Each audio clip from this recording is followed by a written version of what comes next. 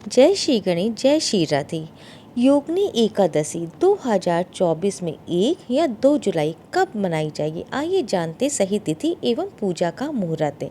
योगिनी एकादशी 2024 आषाढ़ माह के कृष्ण पक्ष की 11वीं तिथि पे योगिनी एकादशी का व्रत किया जाएगा। भगवान श्री कृष्ण ने खुद ये दृष्टि को योगिनी एकादशी के महत्व के बारे में बताया था। ऐसी मानता है कि जो इस व्रत को करता है उसे पृथ्वी पर सभी तरह के सुख प्राप्त होते हैं। व्यक्ति जन्म मरण के बंधन से मुक्त हो जाता है। योगिनी एकादशी का व्रत करने से 88,000 ब्राह्मणों को भोजन कराने के समान फल की प्राप्ति होती है। इस साल योगिनी एकादशी 1 या 2 जुलाई किस दिन है, आइए जानते सही तिथि और पूजा का मुहूर्त है।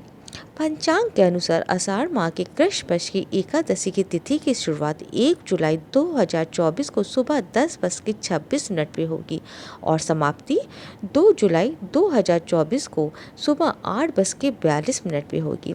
शास्त्रों के अनुसार एकादशी व्रत उदया तिथि से मान होता है। ऐसे में इस साल योगिनी एकादशी 2 जुलाई 2024 को मनाई जाएगी।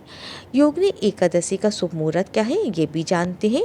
योगिनी एकादशी के दिन श्री हरि की पूजा की जाती है। इसके लिए शुभ मुहूर्त 8:56 से दोपहर 2:10 तक शुभ मुहूर्त है।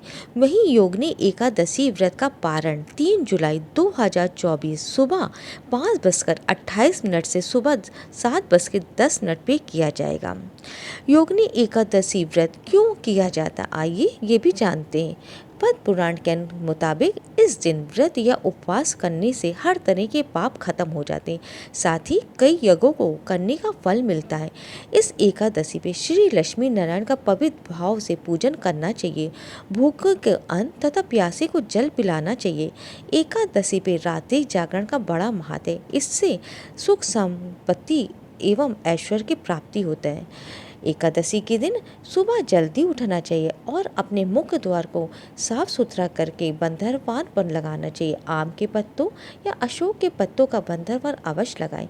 श्री हरि की पूजा करने के लिए चौकी पे पीला वस्त्र बिछाकर उस पे श्री हरि की फोटो या विग्रह उनके स्थापित कीजिए और पीले पुष्प चढ़ाइए।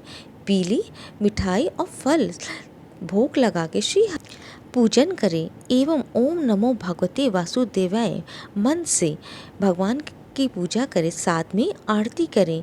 उसके पश्चात प्रसाद स्वयं लें और दूसरों का भी वितरण करें।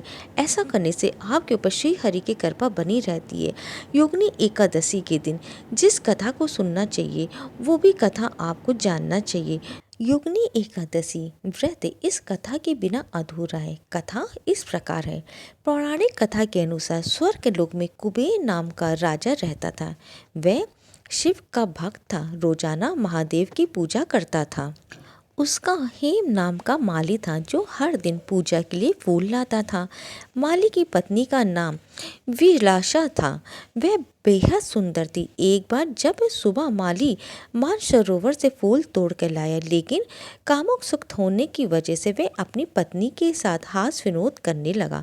राजा का उपासना करने में देरी होने लगी, जिसकी वजह से वह क्रोधित हुआ। ऐसे में राजा ने माली को श्राप दे दिया। उन्होंने कहा कि तुमने ईश्वर की भक्ति से ज्यादा काम शक्ति को प्राथमिकता दी है।